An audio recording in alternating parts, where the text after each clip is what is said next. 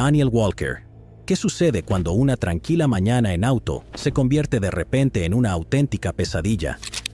¿Cómo un miembro querido de la comunidad se torna en el objetivo de un acto de violencia inesperado?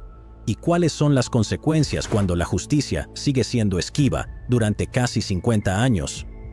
Daniel Ashton Walker era un miembro apreciado de su comunidad, respetado y adorado por su naturaleza cálida y su disposición inquebrantable para ayudar a quienes lo rodeaban. Sin embargo, la serenidad de su existencia se vio bruscamente interrumpida en la fatídica mañana del 1 de octubre de 1974. Sin que él lo supiera, una nube oscura se cerniría sobre la tranquilidad de su vida. El día comenzó como cualquier otro para Daniel, sin ninguna pista del desastre que estaba por ocurrirle. A medida que el sol comenzaba a elevarse en el cielo, pintando el firmamento con tonos de naranja y rosa, Daniel continuó con su rutina diaria, sin esperar que su vida estaba a punto de dar un giro devastador.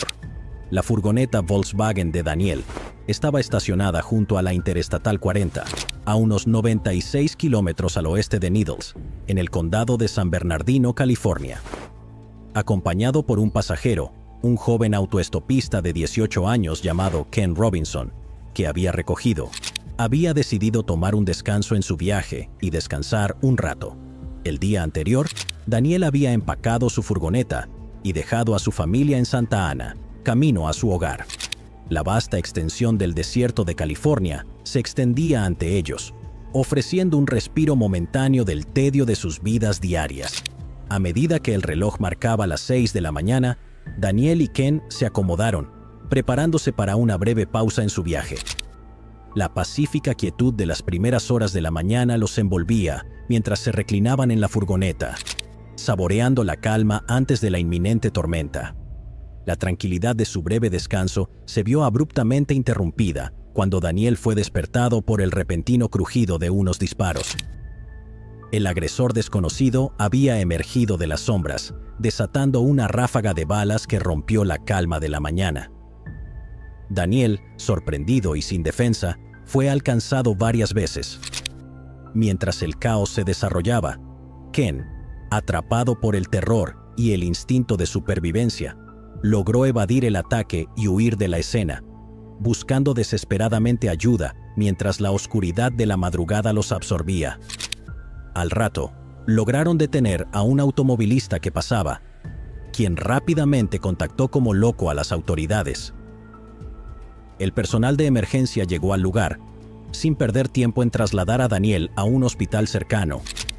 El equipo médico trabajó incansablemente para estabilizarlo, pero a pesar de sus mejores esfuerzos, Daniel sucumbió a sus heridas y su vida fue truncada trágicamente. Daniel Ashton Walker, un joven querido a punto de cumplir 22 años, se había ido.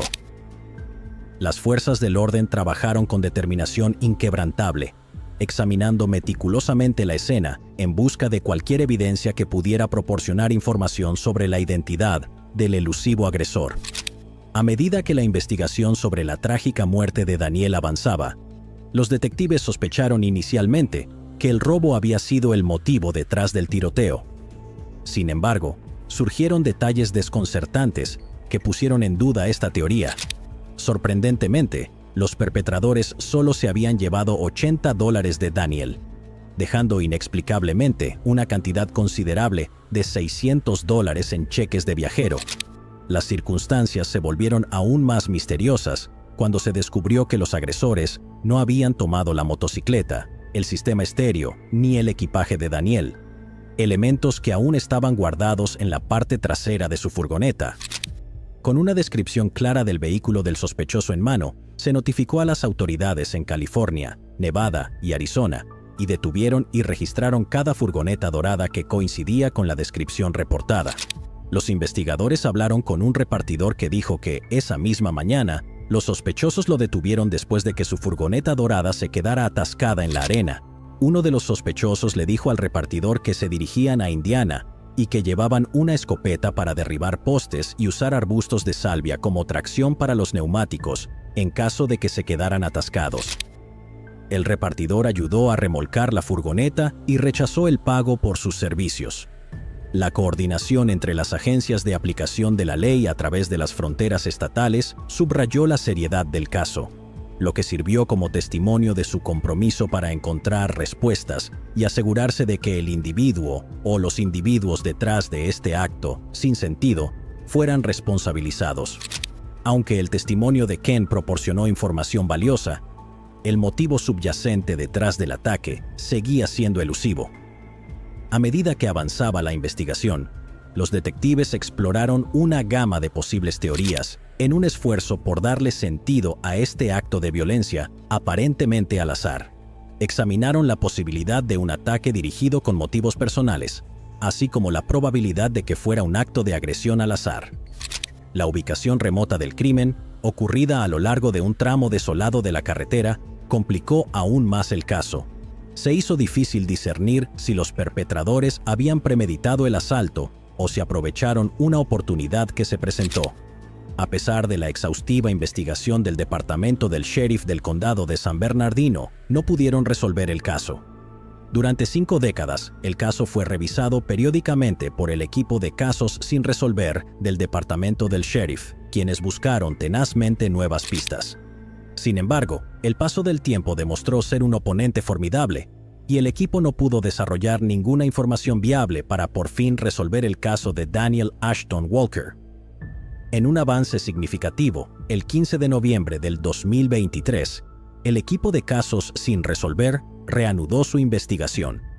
Sus renovados esfuerzos los llevaron a identificar al infame perpetrador en serie, Thomas Eugene Creech, de 73 años, como el principal sospechoso en el caso en enero del 2024. Este avance se basó en información crucial que incluía detalles íntimos corroborados de las propias declaraciones de Creech sobre el asesinato. Para asegurar la validez de sus hallazgos, la oficina del fiscal del condado de San Bernardino colaboró con la oficina del fiscal del condado de Ada en Idaho. Esta cooperación consolidó aún más el caso contra Creech, lo que llevó a la oficina del fiscal del condado de San Bernardino a consultar los próximos pasos para buscar justicia para Daniel Walker. Thomas Eugene Creech, un perpetrador condenado con un historial de múltiples confesiones, se vio implicado en el caso de Daniel justo después de su audiencia de clemencia. Creech es el recluso que ha estado más tiempo en prisión en Idaho y que será ejecutado por varios asesinatos. Tiene un total de 5 condenas, pero algunos creen que podría ser responsable de más de 40 asesinatos diferentes. Lo creen debido a su confesión en un juicio en 1975, donde admitió haber matado a 42 personas en más de una docena de estados de Estados Unidos. A pesar de que las autoridades verificaron las declaraciones de Creech sobre el caso de Daniel, su defensor público expresó preocupaciones sobre el momento de estas revelaciones. Sugirieron que los esfuerzos pasados para vincular a Creech con numerosos asesinatos no habían sido fundamentados. Los fiscales del condado de Ada describieron a Creech como un sociópata manipulador y sin remordimientos, implicando que sus recientes declaraciones podrían ser una estratagema calculada para evitar la ejecución. La complejidad del carácter de Creech añadió más capas de intriga a la búsqueda de justicia para Daniel. A medida que Thomas Eugene Creech es identificado como el principal sospechoso en el caso de Daniel Walker, la comunidad del condado de San Bernardino se acerca al cierre. Después de casi 50 años, es posible que por fin se haga justicia en este trágico caso de violencia sin sentido, brindando una medida de consuelo a los seres queridos de Daniel y a la comunidad en general. El hermano de Daniel, Doug Walker, publicó un libro en Amazon titulado Daniel, mi hermano, Misterio en el Mojave. Daniel, mi hermano, Misterio en el Mojave. Doug dijo que dedicó 2 capítulos del libro a la personalidad de su hermano. En la última carta del padre a Daniel, escribió: «Todos hablan tan bien de ti, siempre y sin excepción. La oficina del fiscal del condado de San Bernardino aún no ha anunciado si planean extraditar y procesar a Creech». La portavoz, Jacqueline Rodríguez, dijo: «Estamos recibiendo los informes y estamos en contacto continuo con la oficina del fiscal del condado de Ada y nuestro equipo de investigación del condado de San Bernardino En lo que respecta a la búsqueda de justicia en este asunto, para Doug Walker, la justicia no necesariamente incluye la ejecución de Creech. Dijo, mientras puedan probar que quien lo hizo, eso está bien para mí. Si pierden la vida o no, eso no es decisión mía. Eso está por encima de mi nivel salarial. Robert Scott Parrish. ¿Quién era Scott Parrish, el respetado empresario y voluntario comunitario de Fort Wayne, Indiana?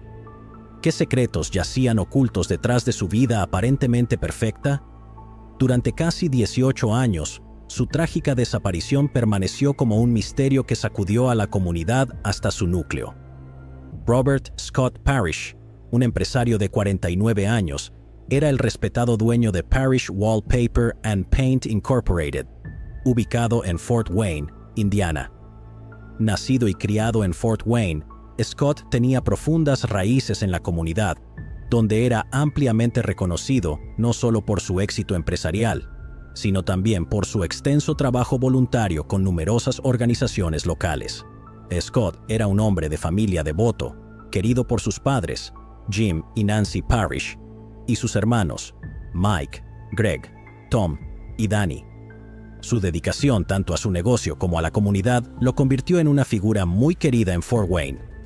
La compañía de Scott era más que solo un negocio local. Era un testimonio de su compromiso con la calidad y el servicio, ganándose la confianza y lealtad de innumerables clientes a lo largo de los años. Poco sabía nadie que, bajo la superficie de esta vida aparentemente perfecta, yacían las semillas de una tragedia que pronto se desarrollaría.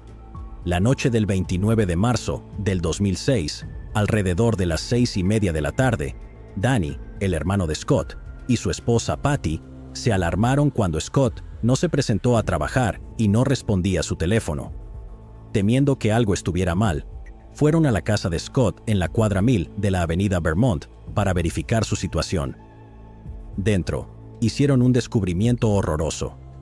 Scott estaba en el baño, inconsciente y con una herida de bala en la cabeza. En pánico, llamaron inmediatamente a la policía. Cuando la policía llegó, Danny y Patty explicaron cómo encontraron a Scott sentado en el inodoro, completamente vestido, con la tapa abajo y sufriendo de una herida de bala. La escena era espantosa, con sangre salpicada en la pared junto al inodoro y sangre seca en el gabinete frente a él. Se declaró en la escena que Scott había perdido la vida. Tenía 2 heridas de bala de contacto detrás de la oreja izquierda, una que salió por la parte superior de su cabeza y la otra por la frente. También tenía una herida de bala que atravesaba su brazo superior. Los investigadores de la escena del crimen encontraron una pistola Smith & Wesson calibre 40 de color dorado y un casquillo en el suelo del baño, cerca de la bañera. Otro casquillo estaba ubicado en el suelo, frente al inodoro, cerca de la mano izquierda de Scott.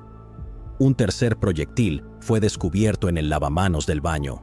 Mientras los investigadores continuaban con su búsqueda, hicieron un hallazgo inesperado. Una operación de cultivo de marihuana oculta detrás de una pared falsa en el sótano. Cerca de allí, encontraron un destornillador inalámbrico Black & Decker, lo que sugería un uso reciente. Este descubrimiento planteó numerosas preguntas.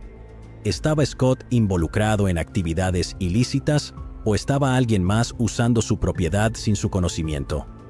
¿Podría esta operación ilegal estar relacionada con su muerte? Los investigadores ahora se enfrentaban a desentrañar un caso complejo, donde la imagen de Scott como un respetado empresario y voluntario comunitario estaba repentinamente ensombrecida por los oscuros secretos ocultos en su hogar. Al día siguiente, el forense clasificó oficialmente la muerte como un caso de homicidio. Su billetera fue encontrada en el estacionamiento de la iglesia Heartland, a más de 1 kilómetro de su hogar. No había dinero en la billetera, pero tenía su licencia de conducir y su tarjeta de la biblioteca. En enero del 2008, la policía entrevistó a un testigo que había conocido a Scott durante 3 años. Al ser interrogado sobre el caso, el testigo identificó a un hombre hispano llamado Derek Rodney Johnson, conocido como Q, de quien la policía ya sospechaba. El testigo describió a Johnson, originario de Texas, como alguien que a menudo presumía de cometer robos y homicidios. El 22 de enero del 2008, otro testigo clave se presentó con información importante. Este testigo relató una conversación con Johnson que tuvo lugar unas semanas después de la muerte de Scott. El testigo recordó haber hablado con Johnson en su cocina en la calle South Lafayette, donde les mostró plantas de marihuana que crecían en un armario. Luego afirmó que había tomado las plantas durante un robo. El testigo informó que Johnson admitió haberle disparado a Scott en la cabeza durante el robo, cuando intentaba acceder a un arma en una caja fuerte en su baño. Johnson mencionó que había varias plantas de marihuana en el sótano de Scott, pero que solo tomó 2 plantas y una pequeña bolsa de marihuana. Otros detalles proporcionados por el testigo indicaron que Johnson había poseído 2 armas calibre 40 en un momento dado, pero se desconocía su ubicación en ese momento.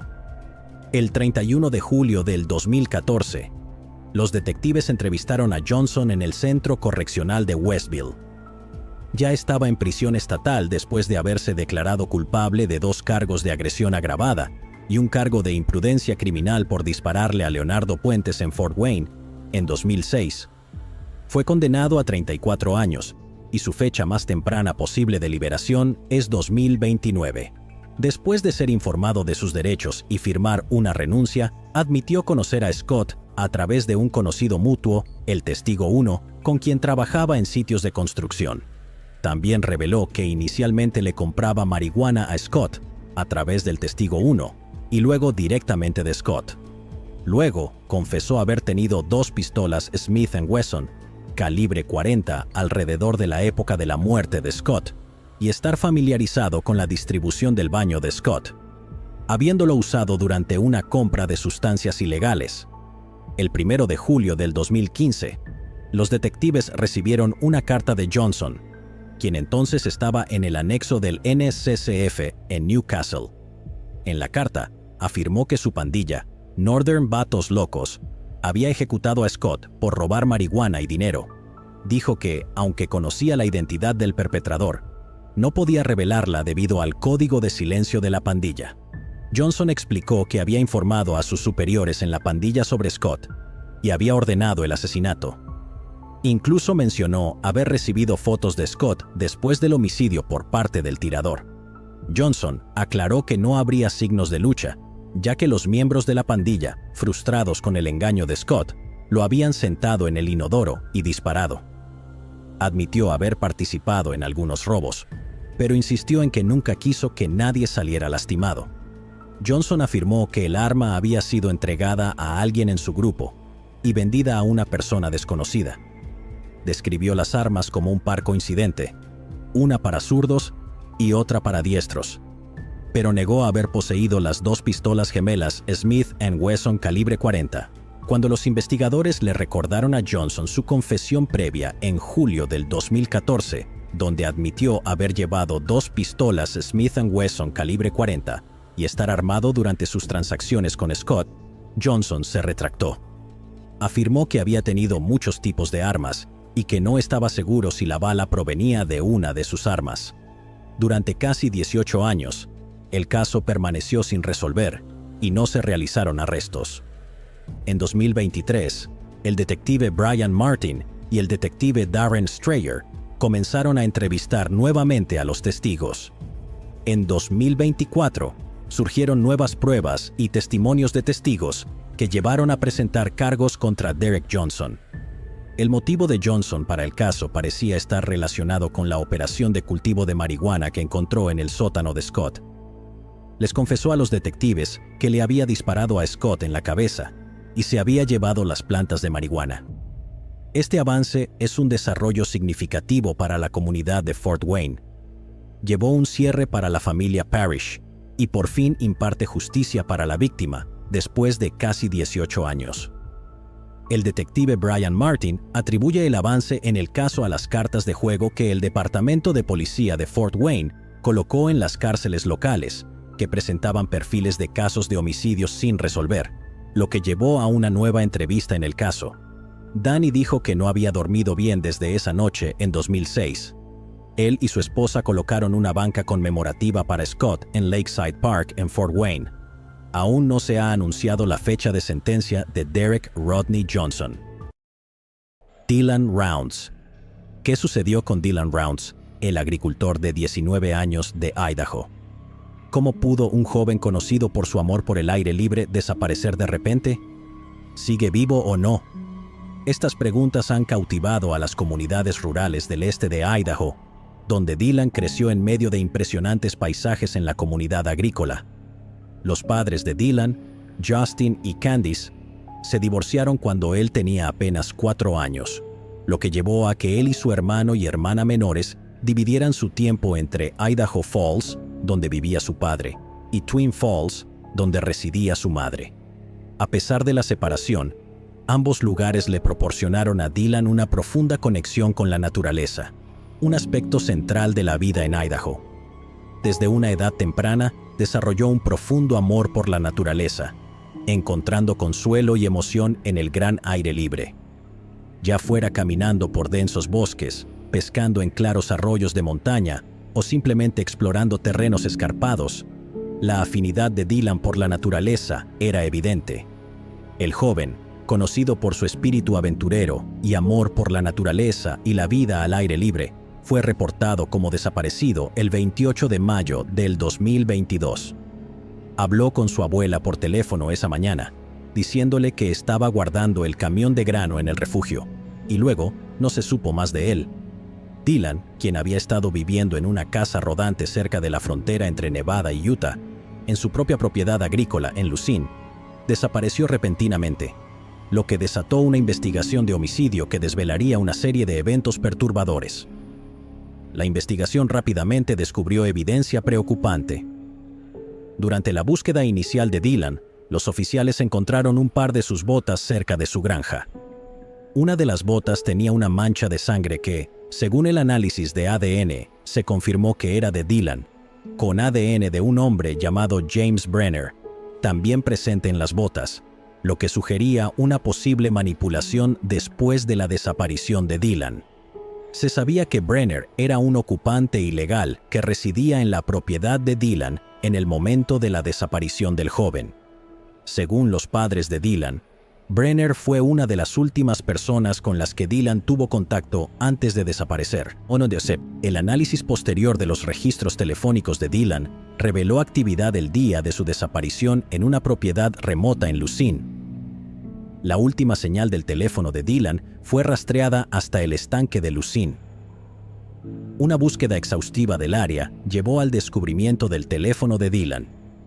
Un análisis forense digital del teléfono de Dylan desenterró un video en cámara rápida tomado alrededor del momento de su desaparición. El video mostraba a Brenner limpiando un arma, con sus brazos y camisa visiblemente manchados de sangre. Las autoridades analizaron la camisa y confirmaron la presencia de ADN de Dylan. La evidencia acumulada apuntaba fuertemente a la implicación de Brenner en la desaparición y probable fallecimiento de Dylan Rounds. Mientras los investigadores continuaban su trabajo, la familia de Dylan y la comunidad esperaban justicia, con la esperanza de obtener respuestas que trajeran cierre a este trágico caso. Brenner enfrentó cargos graves en marzo del 2023 por un delito grave de primer grado y abuso o profanación de un cuerpo humano, así como un delito grave de tercer grado, basado en pruebas contundentes recopiladas durante la investigación. La fiscalía construyó su caso en torno a varias piezas clave de evidencia.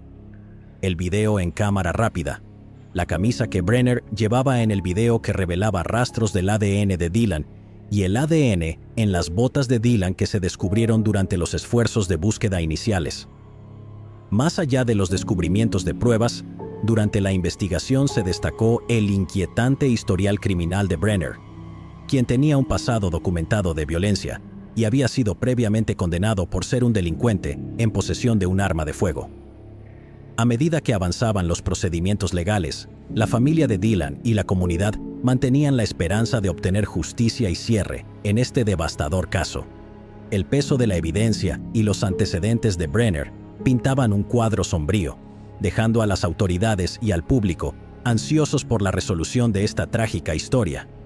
La investigación sobre la desaparición de Dylan y su presunto fallecimiento continuaba en curso, con las autoridades trabajando diligentemente para recuperar su cuerpo.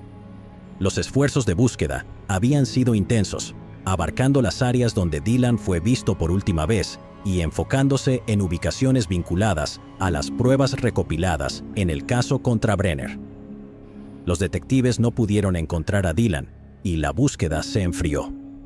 En 2024, la oficina del fiscal del condado de Box Elder hizo un acuerdo de culpabilidad con Brenner para reducir sus cargos. Se le exigió que revelara el lugar donde se encontraba el cuerpo de Dylan.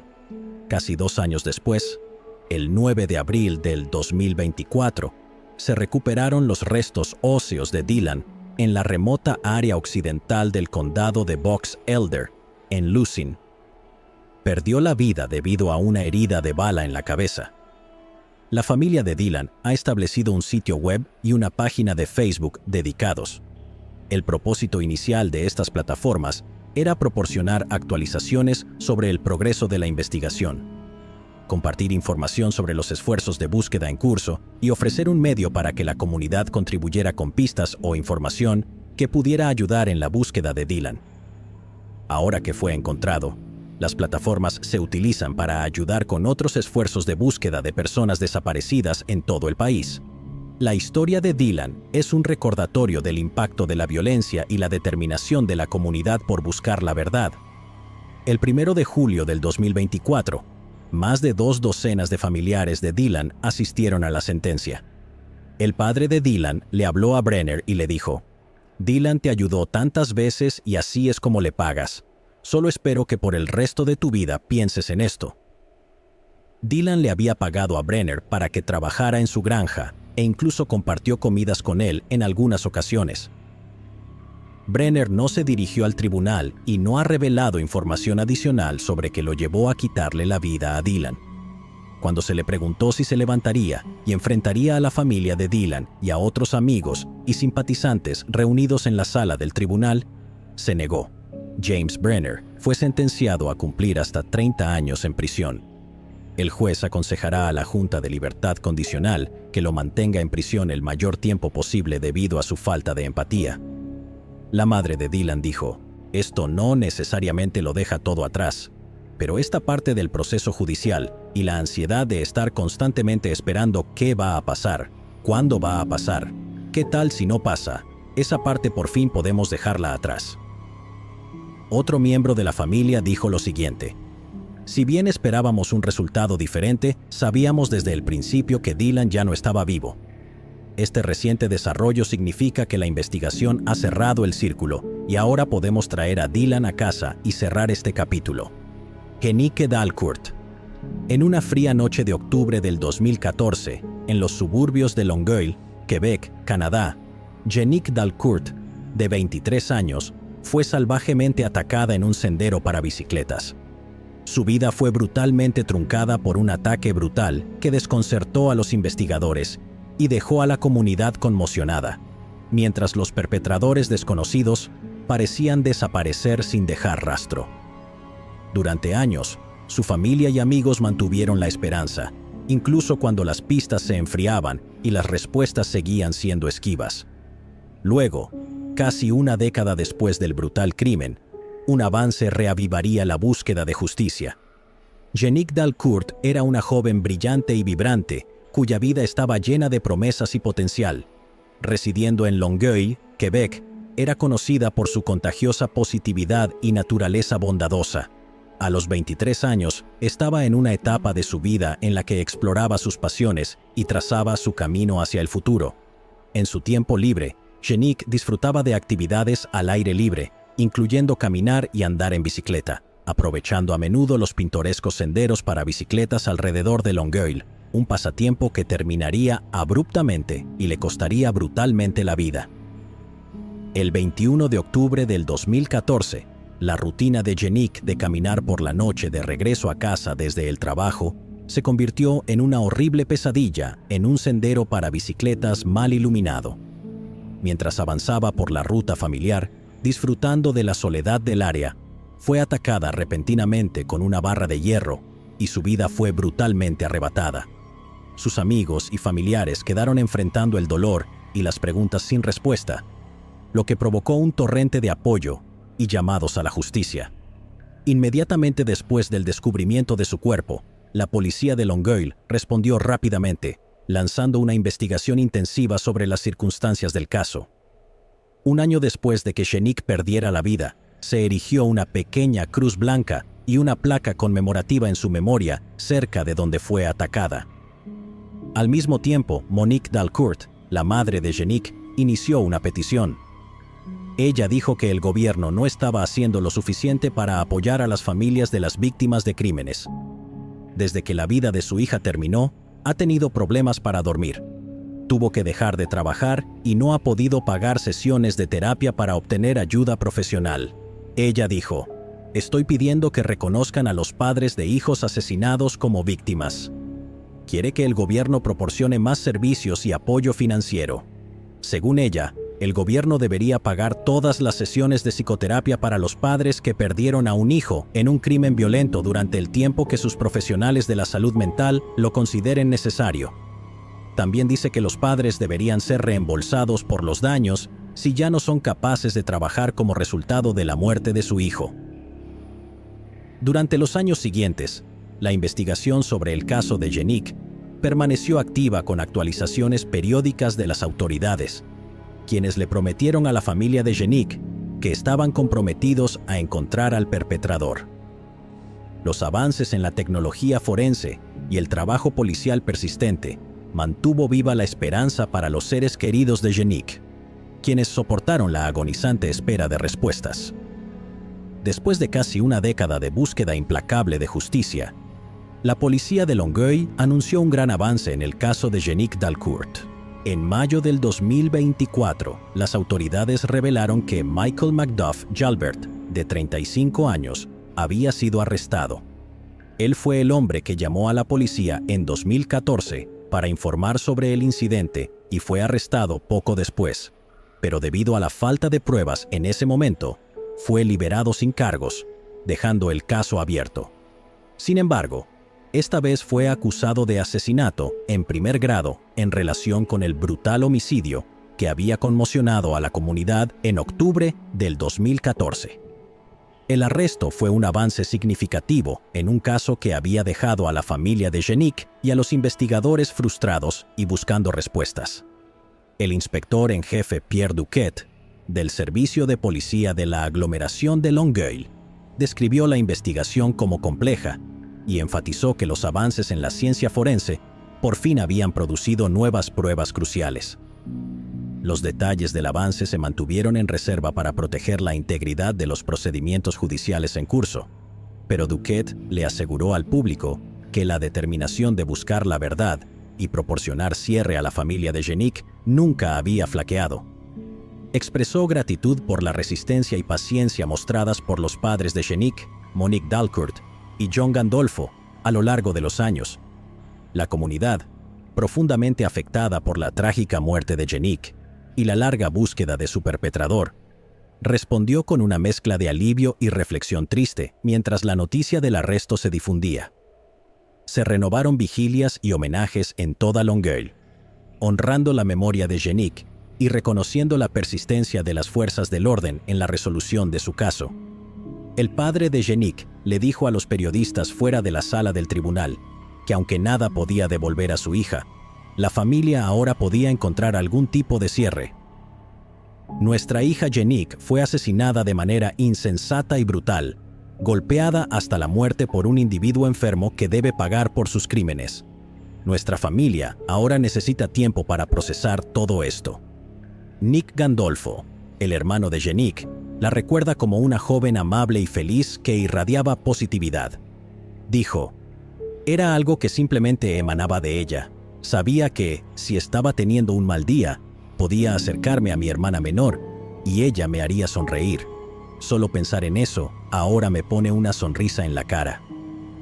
Mientras Macduff Jalbert espera su próxima comparecencia en la corte, el arresto ofreció un rayo de esperanza de que por fin se haría justicia para Jeannick Dalcourt, cuya vida vibrante fue trágicamente truncada. Betty Rolfe.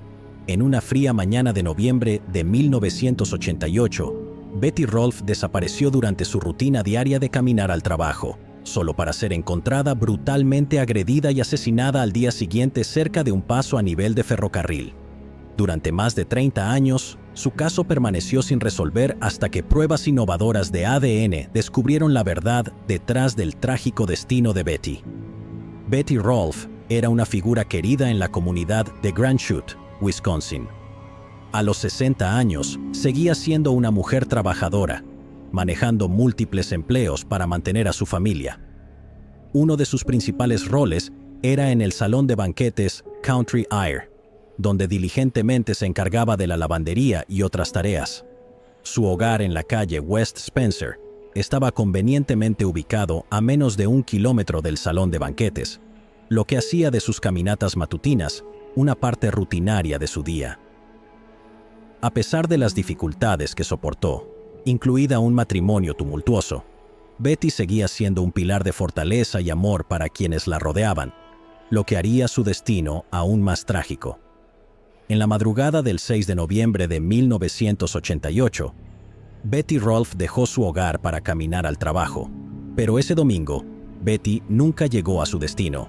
Su ausencia en el trabajo fue inusual y de inmediato generó preocupación entre sus colegas y su familia.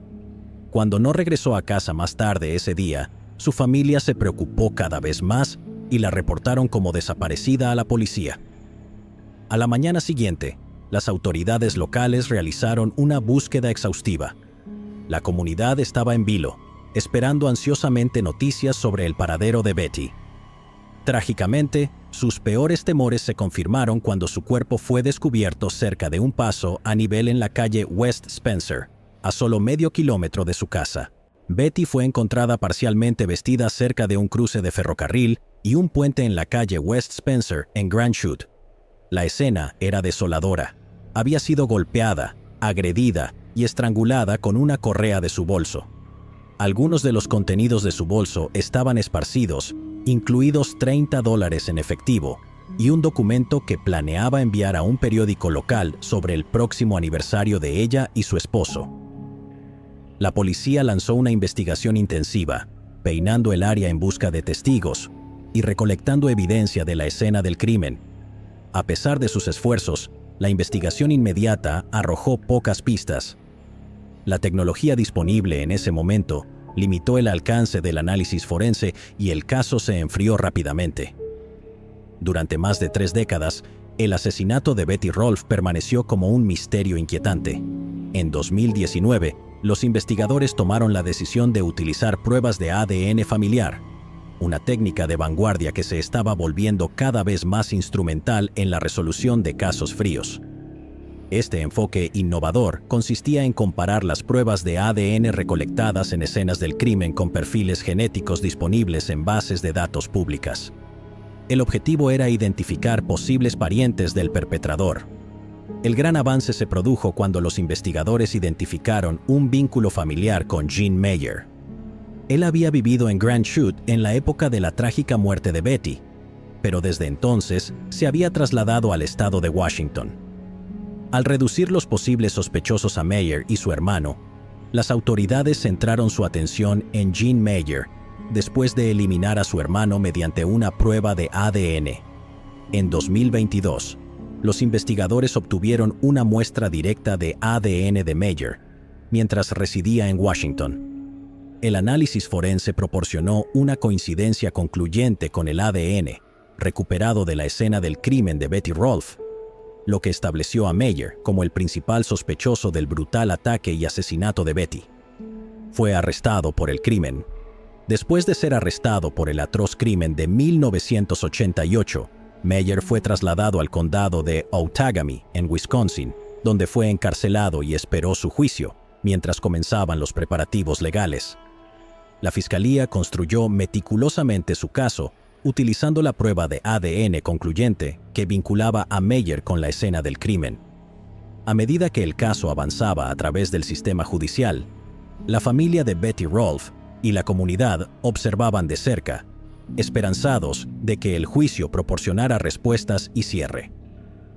Durante el juicio, que duró más de una semana en mayo del 2024, La sala del tribunal observó mientras se revisaban y examinaban los detalles espeluznantes del crimen.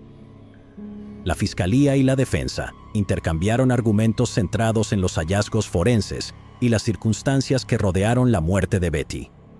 Después de deliberar durante varias horas, el jurado llegó a un veredicto, y el 21 de mayo del 2024, Jean Meyer fue declarado culpable tanto del asesinato como del horrendo ataque. La condena de Meyer representó un sentido de cierre que muchos habían estado esperando. El 11 de julio del 2024, Meyer fue sentenciado a cadena perpetua con posibilidad de libertad condicional, después de 34 años por el cargo de asesinato en primer grado y 20 años por el cargo de asalto en primer grado con un arma peligrosa. Los dos cargos se cumplirán de manera consecutiva. La hija de Betty, Sheila Worm, dijo fuera del tribunal: "Ahora podemos descansar tranquilos sabiendo que lo tienen y que estará encarcelado por mucho tiempo". La comunidad de Grand Chute y los seres queridos de Betty encontraron consuelo al saber que se había logrado justicia por el acto de violencia sin sentido que los había atormentado durante más de 3 décadas. Kathleen Boleman, en Providence, Rhode Island, un escalofriante misterio que abarcó casi un cuarto de siglo, ha resurgido con respuestas largamente esperadas. Kathleen Boleman, una madre devota y mesera, encontró un trágico final en 1999. Su vida fue arrebatada por un acto atroz de violencia detrás de la escuela secundaria Roger Williams. Durante décadas, su familia ha sido atormentada por la ausencia de justicia y el misterio de su trágico final.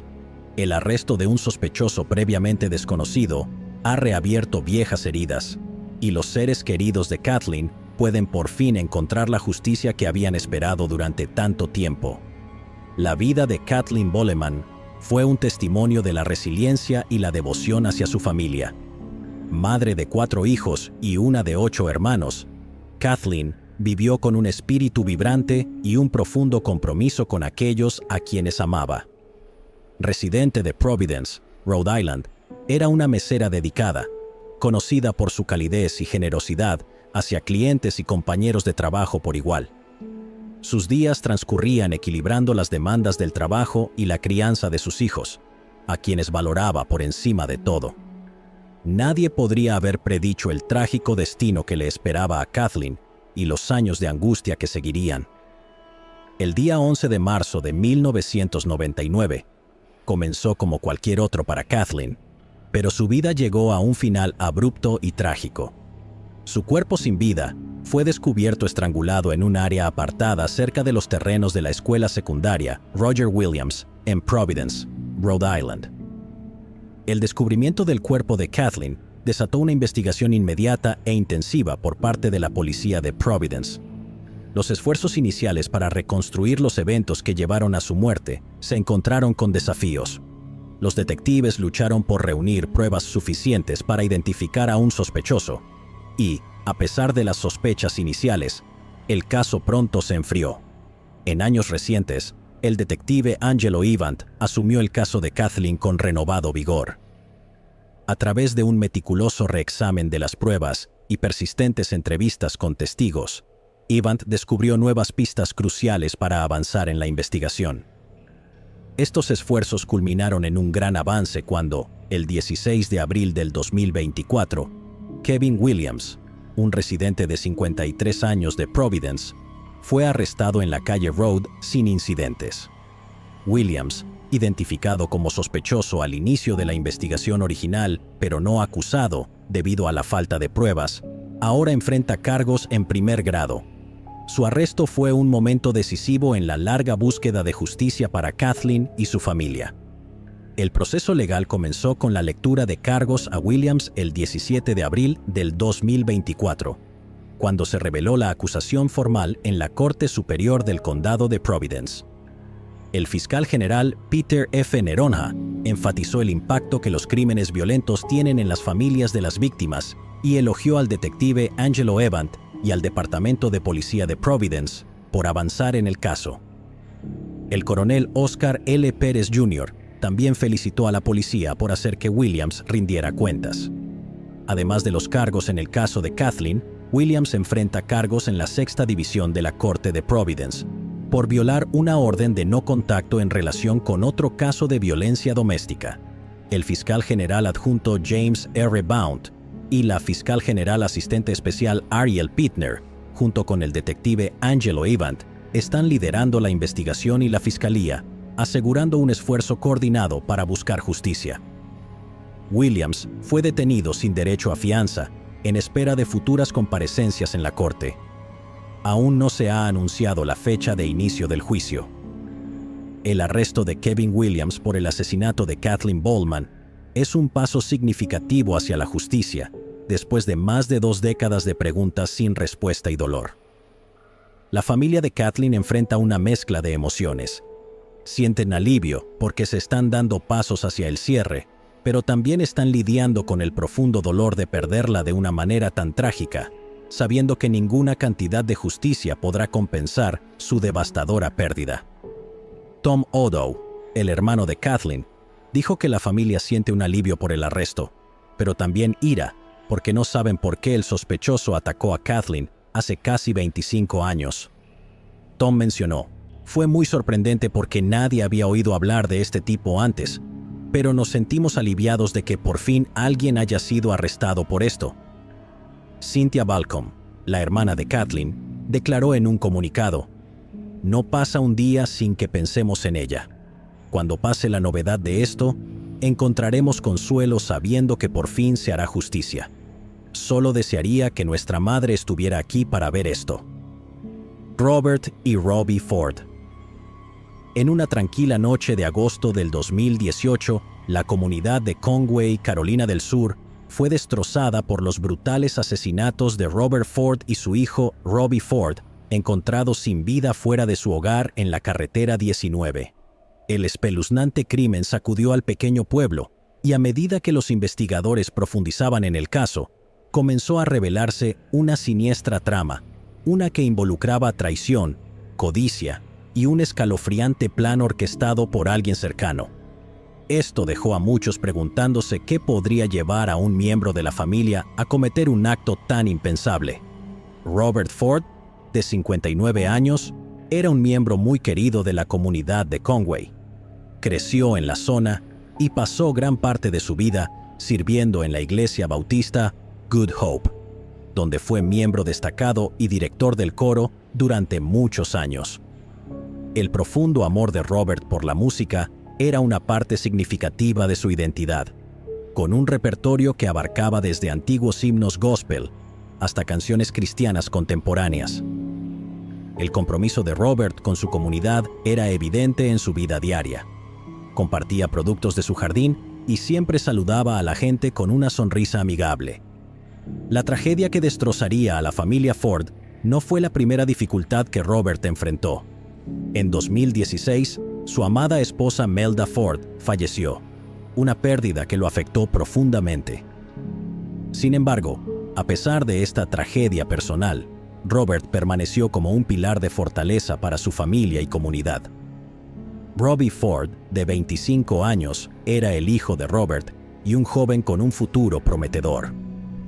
Era estudiante en la Universidad de Clemson, donde perseguía sus estudios con la misma dedicación que su padre le había mostrado a lo largo de su vida.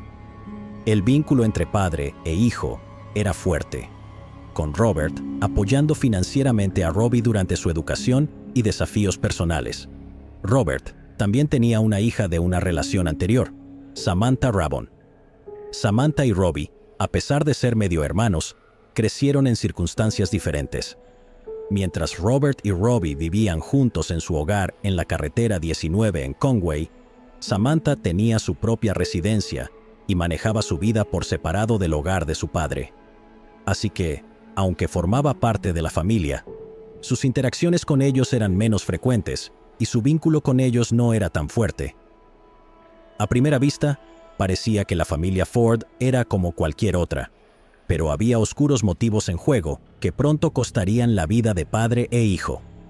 El trágico día del 17 de agosto del 2018, los vecinos de la casa de la familia Ford reportaron haber escuchado disparos esa tarde. Ciudadanos preocupados alertaron a las autoridades, quienes respondieron rápidamente a la escena. Al llegar, las fuerzas del orden descubrieron a Robert y Robbie Ford fuera de su hogar, fatalmente heridos por disparos. La escena del crimen pintaba un cuadro sombrío de violencia calculada. Los investigadores encontraron evidencia que sugería un intento deliberado de borrar cualquier rastro de la identidad del perpetrador. Un vehículo vinculado a los Ford fue descubierto cerca, incendiado en un aparente esfuerzo por destruir pruebas cruciales. A pesar de los intentos del perpetrador de destruir las pruebas, los investigadores estaban decididos a reconstruir los eventos de ese fatídico día. Las autoridades revisaron rápidamente la evidencia física y digital y entrevistaron a posibles testigos. Estos esfuerzos llevaron a la identificación de varias personas de interés basadas en relatos de testigos y evidencia circunstancial. Pero los investigadores tardarían 2 años en construir un caso, estableciendo cronologías y determinando posibles motivos para el crimen. La investigación tuvo avances significativos a medida que el análisis forense de la evidencia física y los rastros digitales comenzaron a arrojar pistas concluyentes. Basándose en la evidencia acumulada y en los testimonios de los testigos, las autoridades identificaron a Randy Granger, de 53 años, como el hombre armado responsable de llevar a cabo los asesinatos. Granger tenía un pasado problemático, con roces con la ley, y antes de su participación en los asesinatos de los Ford, ya contaba con un historial criminal que incluía condenas por delitos violentos. Su historial de actividad criminal pintaba un cuadro de un hombre familiarizado con el lado oscuro de la sociedad. Granger fue arrestado en 2020 en relación con los asesinatos de los Ford, y su testimonio resultó ser fundamental para desentrañar la red de eventos en torno al crimen. Se descubrió que las pruebas de ADN recuperadas de colillas de cigarros y una gorra parcialmente quemada coincidían con el perfil de ADN de Granger. No pasó mucho tiempo después del arresto de Randy Granger que Samantha Rabon, la hija de Robert Ford y media hermana de Robbie, fue implicada como la mente maestra detrás del violento crimen. Parecía que el motivo era reclamar una herencia significativa, incluido el dinero del seguro. Samantha le había prometido a Granger $20,000 para llevar a cabo los asesinatos. Teresa Martin, la novia de Granger, también fue acusada de ser cómplice después del hecho. Supuestamente, Martin había facilitado la conexión entre Samantha y Granger y había llevado a Samantha hacia y desde la escena del crimen. Los procedimientos judiciales fueron complejos y se extendieron durante varios años, involucrando múltiples testimonios, pruebas forenses y argumentos legales. El juicio de Granger concluyó en abril del 2023, donde enfrentó cargos por el crimen fatal, incendio premeditado y conspiración criminal. Su testimonio sobre su participación fue corroborado por pruebas de ADN y el testimonio de Martin. Randy Granger fue declarado culpable de todos los cargos y fue sentenciado a 2 cadenas perpetuas consecutivas sin posibilidad de libertad condicional, además de 20 años adicionales por incendio premeditado y conspiración criminal. El juicio de Samantha Rabon concluyó en febrero del 2024. Enfrentó cargos de violencia fatal, conspiración para cometer el asesinato y solicitud del mismo. Su juicio incluyó testimonios de Granger, Martin y varios expertos forenses, con pruebas que incluían mensajes de texto y registros telefónicos que mostraban la coordinación de Samantha con Granger y Martin. La fiscalía enfatizó el motivo financiero, centrando la atención en la significativa herencia que Samantha esperaba obtener tras la muerte de su padre y medio hermano. Lee Andrew Waller, asistente principal del fiscal en el 15º Circuito Judicial, dijo que Samantha tenía 1 millón de razones para hacer esto. Describió los activos del anciano Ford, que incluían una cuenta $400,000, cuentas de inversión con Edward Jones, seguros de vida, una casa y $100,000 en una cuenta bancaria. Tras la muerte de Robert, Robbie Ford habría sido el beneficiario principal. También mencionó que Samantha residía en un tráiler sencillo con su esposo y sus 3 hijos. Vivían con un ingreso de $30,000 al año en el momento de los asesinatos. Posteriormente, se mudó a la casa de su padre fallecido. Posteriormente, Samantha Raybon fue declarada culpable de todos los cargos y fue sentenciada a 2 cadenas perpetuas consecutivas sin posibilidad de libertad condicional, además de sentencias adicionales consecutivas que suman 30 años por los cargos de conspiración y solicitud. El caso de Teresa Martín se resolvió mediante un acuerdo de culpabilidad, en el que se declaró culpable de ser cómplice después del hecho. Su testimonio fue crucial en los juicios de Granger y Samantha, detallando su papel y la participación de los otros 2 perpetradores. Martin está esperando su sentencia, pero se espera que reciba una condena reducida debido a su cooperación con la fiscalía. Aunque la familia Ford parecía tener su cuota de secretos, el trágico caso de Robert y Robbie Ford ha dejado un impacto duradero en su comunidad. Su prematura muerte conmocionó y entristeció a todos los que los conocían. A pesar de la traición que rodeó el crimen, la comunidad encuentra algo de consuelo en la justicia. Wendy Jerome. Un feriado se convirtió en una pesadilla cuando una madre se despertó convencida de que algo andaba mal. Y así fue.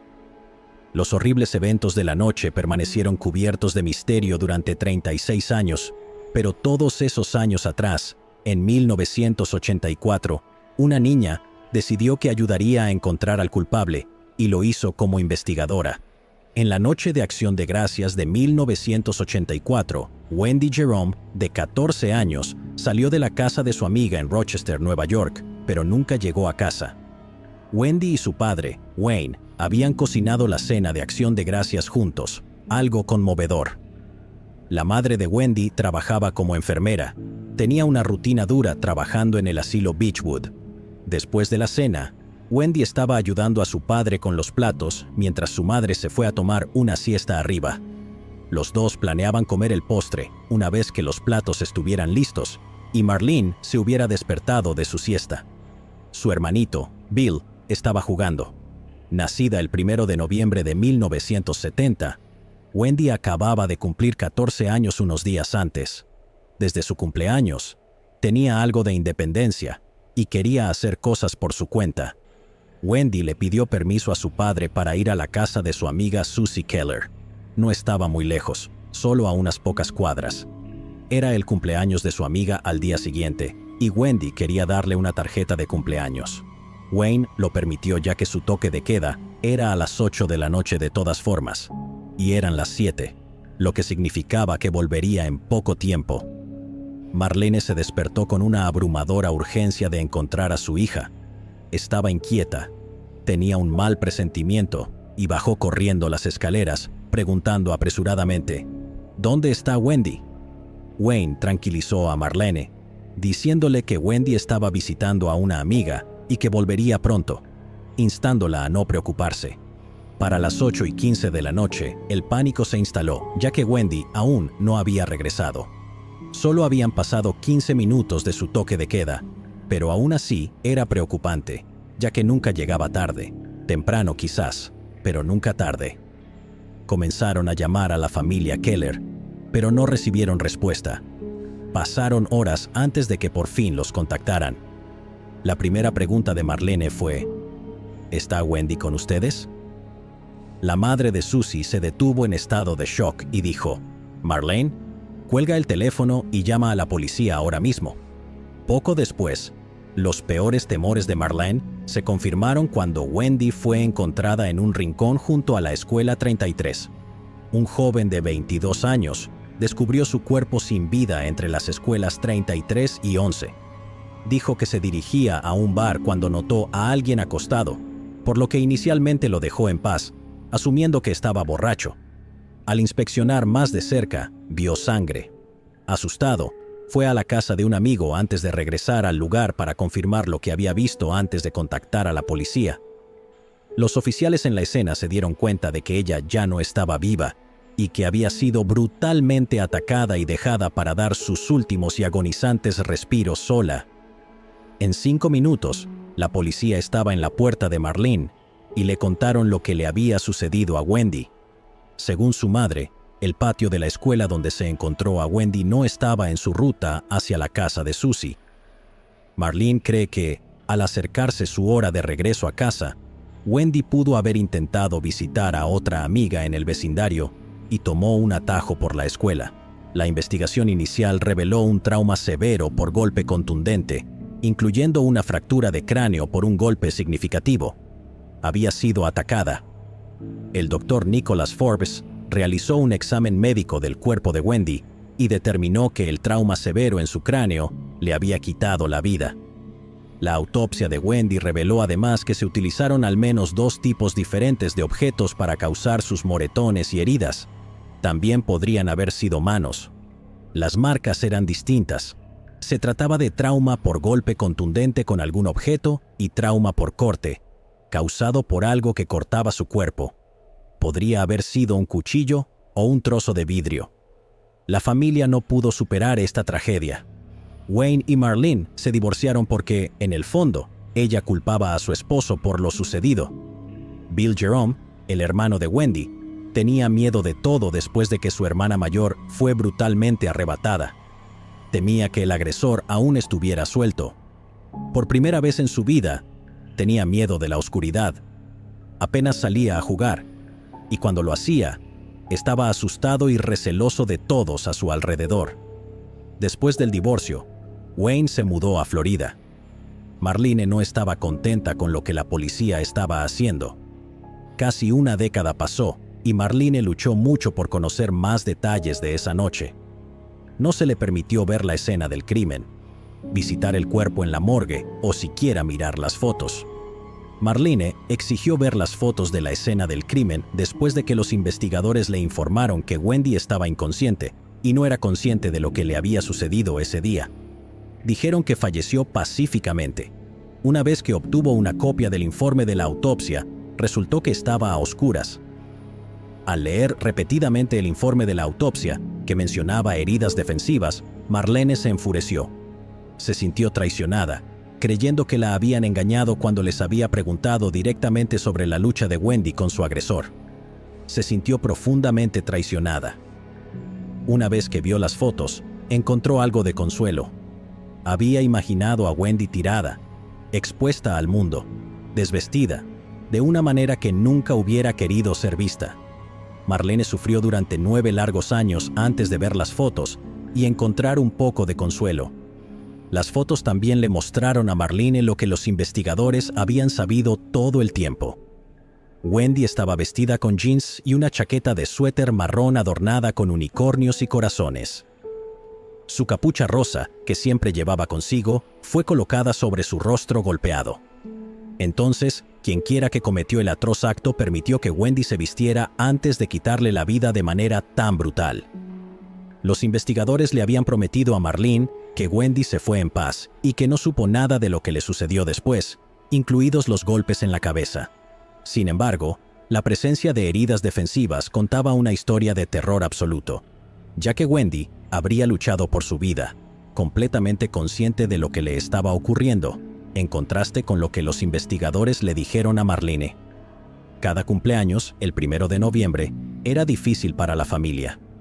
Lloraban y extrañaban a Wendy, pero Marlene creía que algún día el perpetrador sería llevado ante la justicia. En los años 80 y 90, la tecnología del ADN estaba en sus fases iniciales. Sin embargo, años después, la ciencia forense tendría la oportunidad de llevar al culpable ante la justicia. El oficial Paul Bacacchino habló con al menos 30 personas del vecindario 6 días después del trágico fallecimiento de Wendy. Los oficiales de la investigación también se aseguraron de preservar las pruebas. La escena del crimen incluía objetos como un paquete de cigarros, un encendedor, el cabello del perpetrador y la ropa de Wendy.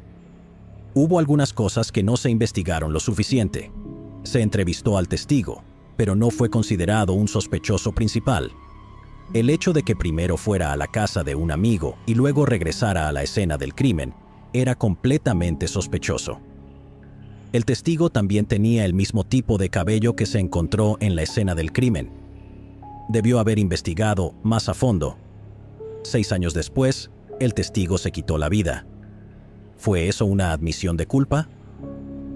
Inicialmente, los investigadores se centraron en otro hombre local que afirmó haber sido agredido esa noche, pero fue descartado mediante análisis de tipo sanguíneo.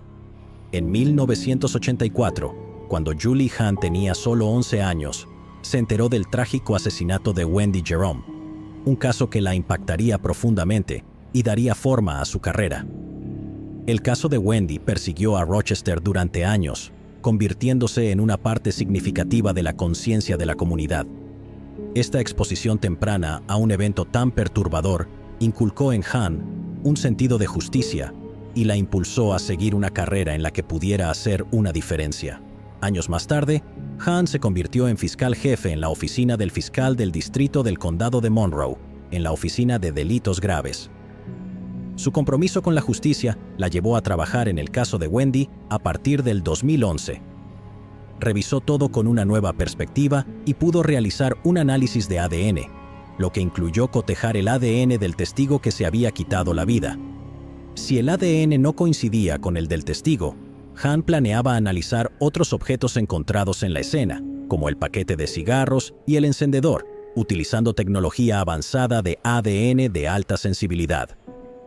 En 2016, Hahn y su equipo se dieron cuenta de que se podían realizar pruebas adicionales. Realizaron pruebas de ADN familiar en abril del 2019 y para julio tenían una nueva lista de posibles sospechosos. Había evidencia en la ropa de Wendy y secreciones corporales de la escena del crimen. En 2020, pudieron realizar una búsqueda de ADN familiar, lo que permitió hacer un cribado a través de los perfiles de ADN de familiares.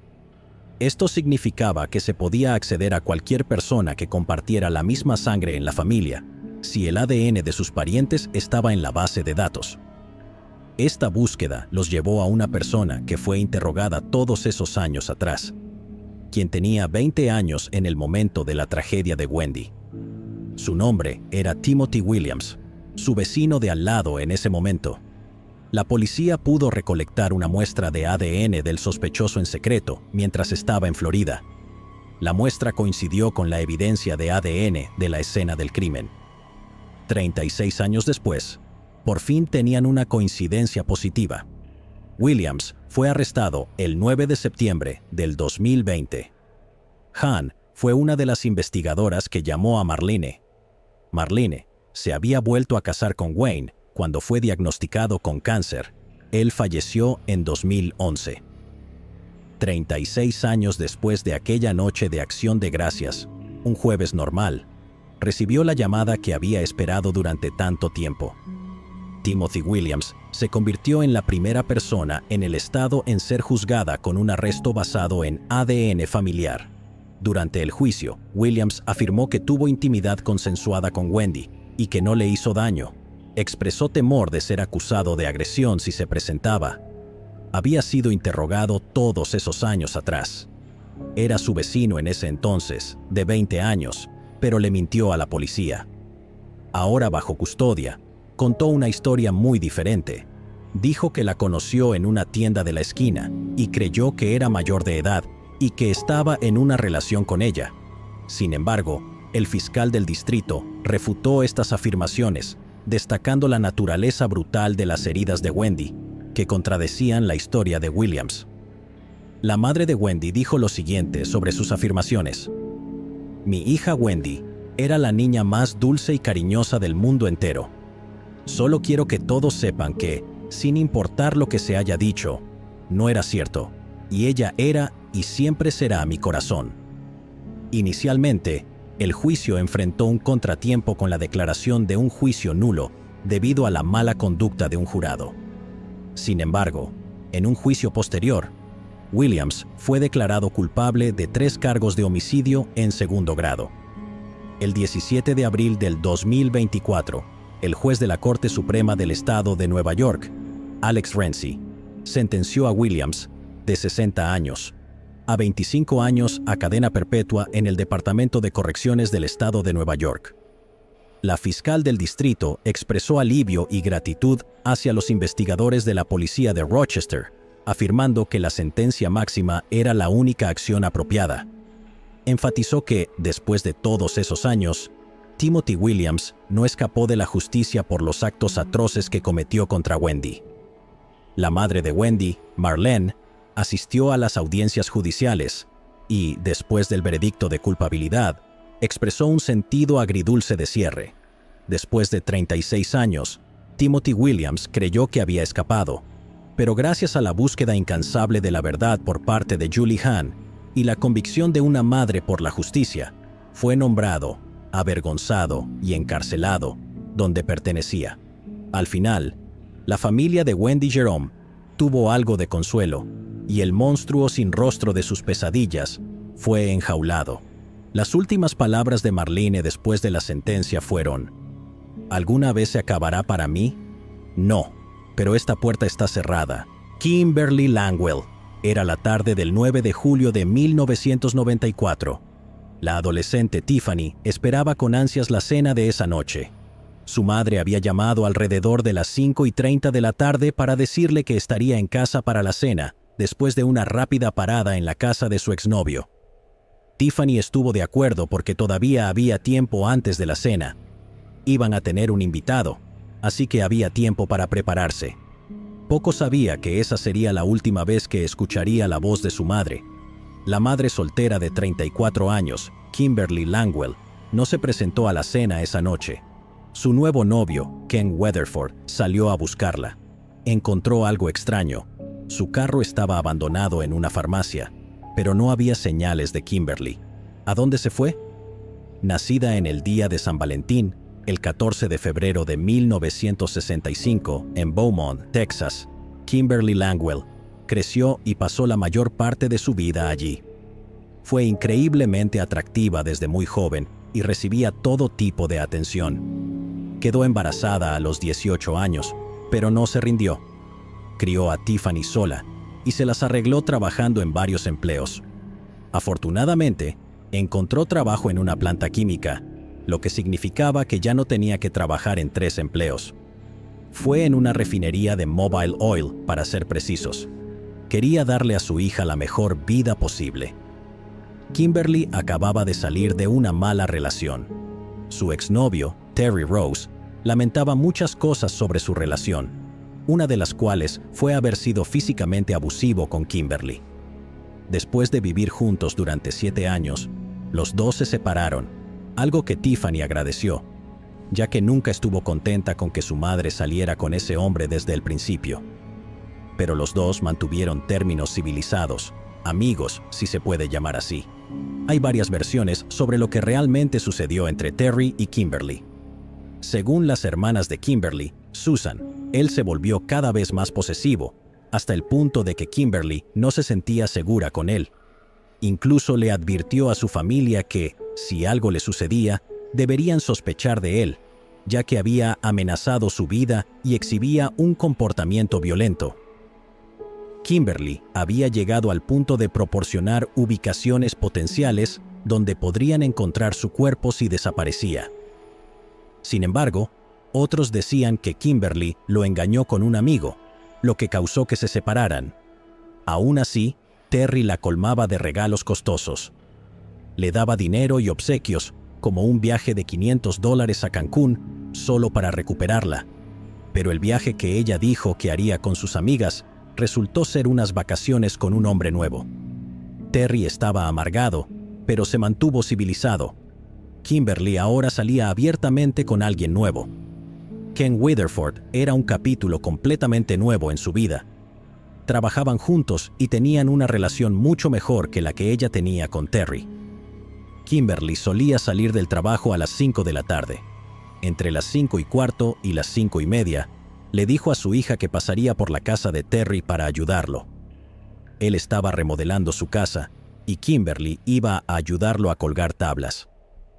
Cuando salió de casa para ir al trabajo ese día, llevaba una camiseta blanca con la palabra Cozumel en el frente y un buzo en la parte de atrás. Era una franela que obtuvo en su viaje a Cancún con Ken. La combinó con jeans azules y tenis blancos. Llevaba un reloj Seiko de tono plateado con números brillantes y un collar plateado con un colgante de ángel. Completó su look con aretes de aro plateados y un anillo de bodas dorado que usaba para evitar la atención de los hombres, Una hora más tarde, Tiffany empezó a preocuparse. Kimberly no contestaba ninguna llamada en su teléfono celular, que siempre tenía cerca. Cuando Kimberly no llegó a casa a tiempo, su preocupada hija llamó al exnovio para preguntarle por su madre. Él afirmó que Kimberly ya se había ido, y luego comenzó a cuestionar a Tiffany con enojo sobre por qué no lo invitaron a cenar. Mostró más preocupación por no haber sido invitado que por la ausencia de Kimberly. Tiffany notificó al actual novio de Kimberly, Ken, que su madre nunca llegó a la cena. Preocupado, él salió a buscarla en tiendas locales, bares y lugares habituales. Encontró su Nissan Altima de 1994, abandonado en una farmacia Eckert's, ubicada en la esquina de la carretera Dalen y el Boulevard Flynn. Su bolso y llaves habían desaparecido, pero su teléfono celular y otros objetos personales quedaron en el auto. Esto era altamente sospechoso, ya que Kimberly era conocida por estar siempre con su teléfono debido a su miedo a su exnovio. Parecía poco probable que se separara de su teléfono celular, especialmente si necesitaba contactar a su hija en caso de emergencia. Las búsquedas extensivas alrededor del auto abandonado no arrojaron pistas sobre su paradero. En 1999, las cámaras de vigilancia no estaban tan disponibles como lo están hoy en día, por lo que no había grabaciones de cámaras para revisar. No hubo señales de lucha ni evidencia liberada por la policía, aunque sospechaban de acción criminal. La última llamada conocida de Kimberly fue con su hija Tiffany. Desde esa llamada, no se ha vuelto a saber de ella por parte de amigos o familiares. La familia de Kimberly estaba devastada, y su hermano Norman se encargó de investigar su desaparición. Creó una base de datos personal, recopilando datos y evidencia con la esperanza de encontrar a su hermana. Familiares y amigos estaban seguros de que Kimberly nunca habría dejado voluntariamente a su hija, a quien crió sola y con quien era muy cercana. Los hermanos de Kimberly, Susan y Norman, trabajaron incansablemente para colocar volantes y difundir la noticia sobre su desaparición. Sus esfuerzos estaban impulsados por la certeza de que Kimberly no habría abandonado a su hija ni a su vida. Didi King, una sobreviviente de secuestro y agresión, pasó años tratando de ayudar a la familia de Kimberly. Ella y su esposo podían ser vistos repartiendo volantes por Kimberly cada año con dedicación. Ken fue rápidamente descartado como sospechoso, ya que tenía coartadas y estaba activamente involucrado en la investigación. Sin embargo, los oficiales se centraron en Terry Rose, con quien ella había vivido durante 7 años, solo 6 meses antes de su desaparición. Terry manejaba un depósito de chatarra y una operación de remolque en Beaumont llamada Terry's Wrecker Service. Era fácil para él deshacerse de un cuerpo. Inicialmente dijo que Kimberly pasó por su casa para ayudarlo a colgar tablas. Kimberly le había dicho a una amiga que pasaría por la casa de Terry para recoger sus objetos personales. Quizás verla con la franela de Cancún le recordó su traición. También les había dicho convenientemente a los oficiales que estaba solo en casa antes de ir al bar Corner Pocket Pool, que compartía un estacionamiento con la farmacia Eckhart. Fue alrededor de las 9:45 de la noche, así que ya tenía una explicación de por qué su auto podría haber sido visto allí. Otro sospechoso era Frank McCormack, compañero de trabajo de Kimberly, de 49 años. Era supervisor en la refinería de Mobile Oil y estaba casado, pero tenía una obsesión enfermiza con Kimberly. Le escribió varias cartas de amor y, en 1999, Kimberly le entregó esas cartas a una amiga para que las guardara. Él le ofreció miles de dólares para que pudiera hacer un viaje a Europa con su hija, pero también fue descartado como sospechoso después de años de investigación. Tenía recibos de 1999 que decían que compró papas fritas en una tienda de comestibles para una noche de póker con amigos. La familia de Kimberly, en particular su hermana, creían firmemente que Terry era responsable de su desaparición. Aunque su nombre nunca apareció en sitios web, el blog de Susan lo mencionaba repetidamente como el principal sospechoso. Todo comenzó cuando ella llamó a Terry para informarle de la desaparición de Kimberly. Su respuesta fue amarga y fría. Bien, ahora verás cómo me siento yo. Más tarde, llamó para anunciar que se sometería a una prueba de detector de mentiras, gritándole agresivamente a la familia.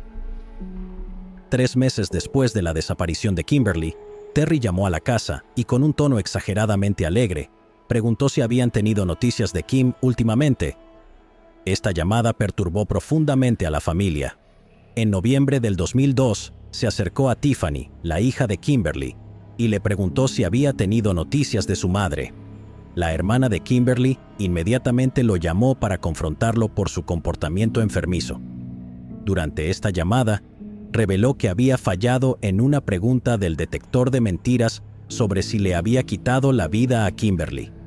Las acciones de Terry, incluidos sus comentarios insensibles y su comportamiento torturador, solo intensificaron las sospechas de la familia y su dolor. A pesar de la falta de pruebas concretas que lo vincularan con la desaparición de Kimberly, estaban seguros de que él lo había hecho. Sorprendentemente, 5 años después de la desaparición de Kimberly, el padre de Terry Rose fue golpeado fatalmente con un candelabro. Exhaló sus últimos alientos en la puerta de su casa. El agresor nunca fue encontrado, pero eso parecía irrelevante para los detectives. Creían que ella simplemente podría haber sido secuestrada en la farmacia por un extraño o por un agresor en serie. Un nuevo equipo de investigadores comenzó la investigación desde el principio y se toparon con información incriminatoria. Información confiable llegó en abril del 2024. Un ex empleado de Terry's Record Service dijo que vio el auto de Kimberly el 9 de julio de 1999 a las 5:50 de la tarde. Para las 6:20 de la tarde, su auto ya no estaba. Esta fue una pieza importante de información porque la ubicaba cerca de Terry. En ese mismo mes, un viaje a la policía resultaría ser el avance que estaban esperando.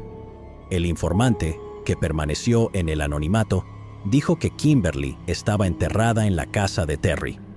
Se obtuvo una orden para registrar su depósito de chatarra y su residencia en la cuadra 1600 de Lindbergh Drive.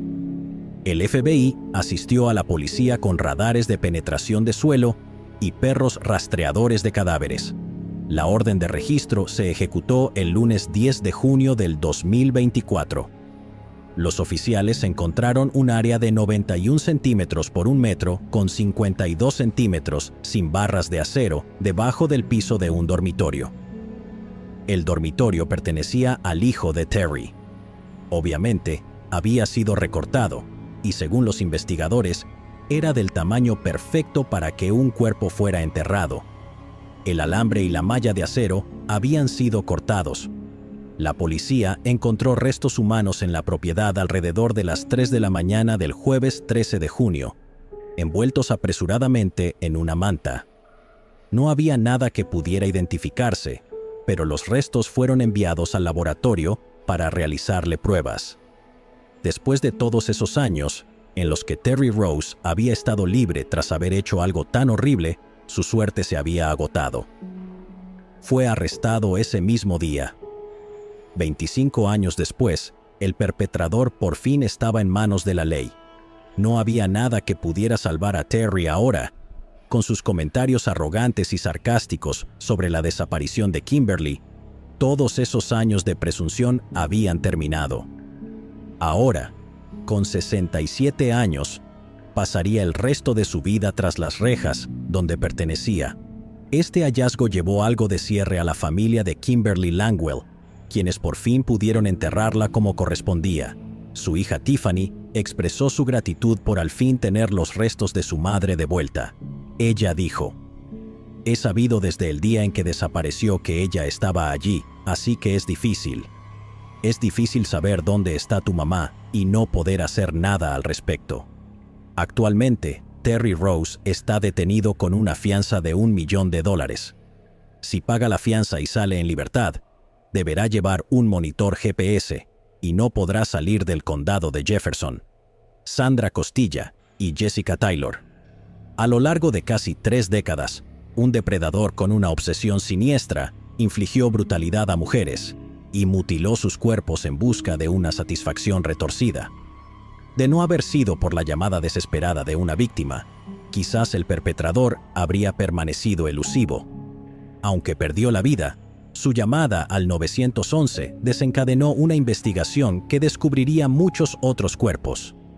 El despiadado asaltante pasaría a la historia como el perpetrador de Long Island. Aquí tienen una cronología de la serie de eventos que llevaron a este nombre.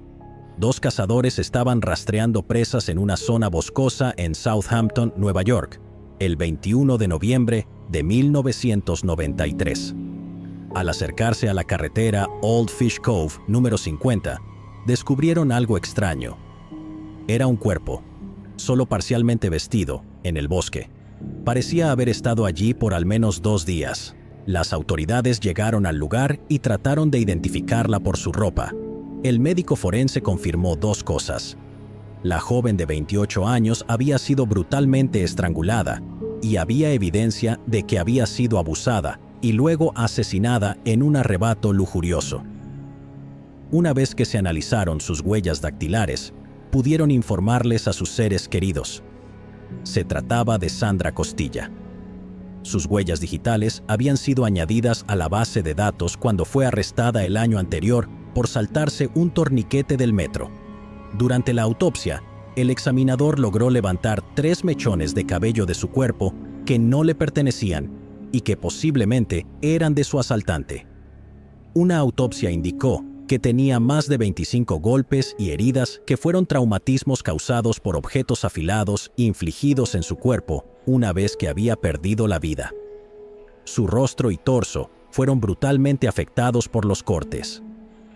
Originaria de Trinidad y Tobago, Sandra había estado viviendo en la ciudad de Nueva York. Era como una nómada, sin una dirección permanente. Su última dirección registrada era en Queens, pero no estaba viviendo allí cuando perdió la vida. Había rumores de que era una trabajadora sexual, pero eso nunca se confirmó. Las autoridades insinuaron que su estilo de vida era un poco similar, ya que aceptaba dinero, favores y regalos a cambio de su compañía. No había muchas pistas para seguir, pero alrededor de 8 años después, en 2001, los fiscales del condado de Suffolk anunciaron una conexión con John Beetroff. Beetroff era un carpintero en la zona, condenado por haberle quitado la vida a 2 mujeres cuyos cuerpos fueron recuperados en la misma parte de Long Island, pero no fue acusado debido a la falta de pruebas. El caso quedó archivado y no había mucho más que hacer. Una década después de la desaparición de Sandra, Manorville volvió a ser noticia. Esta vez, un torso desmembrado de una mujer había sido arrastrado hasta la playa. Una mujer estaba paseando a su perro a lo largo de la orilla cuando se encontró con el cuerpo desnudo y desmembrado. La mujer había sido decapitada, le faltaban las manos y tenía un tatuaje gravemente mutilado en la espalda. El tatuaje era de un par de cerezas y parecía que el perpetrador intentó cortarlo con un cuchillo, pero no tuvo éxito en mutilarlo por completo. El médico forense pudo reconstruir las palabras del tatuaje, lo que llevó a la identificación del cuerpo como el de Jessica Taylor, una escort de 20 años. Según su madre, la familia lo era todo para Jessica. Le encantaba jugar con sus 2 hermanos y siempre se acurrucaba en el sofá con su madre. No era posible que faltara al cumpleaños de su madre, por lo que cuando no se presentó a la fiesta, su familia supo inmediatamente que algo andaba terriblemente mal. El tatuaje que llevó a su identificación decía «El ángel de Remy».